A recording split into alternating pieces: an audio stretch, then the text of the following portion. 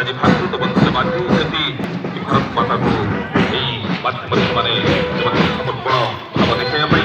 ତାପରେ ଅଛନ୍ତି ସେ ଏସ୍ଏସ୍ବିଏମ୍ ପାଟନାର ଗାର୍ଲସ ଏବଂ ତାପରେ ସେଇ କୁନି କୁନି ପିଲାମାନେ ମକ୍ତବ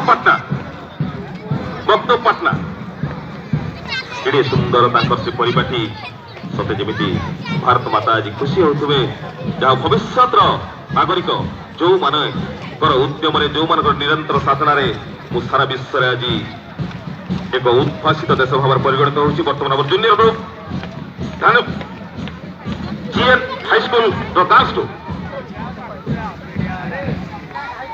ଏବଂ ଠିକ୍ ତାଙ୍କ ପରେ ଅଛନ୍ତି ଜିଏନ୍ ହାଇସ୍କୁଲର ବଏଜ ଗ୍ରୁପ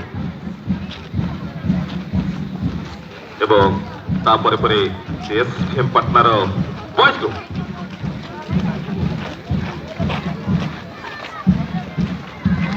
ତାପରେ ଅଛନ୍ତି ଏସ୍ଏସ୍ବିଏମ୍ ପାଟନାର ଗାର୍ଲସ ଗ୍ରୁପ।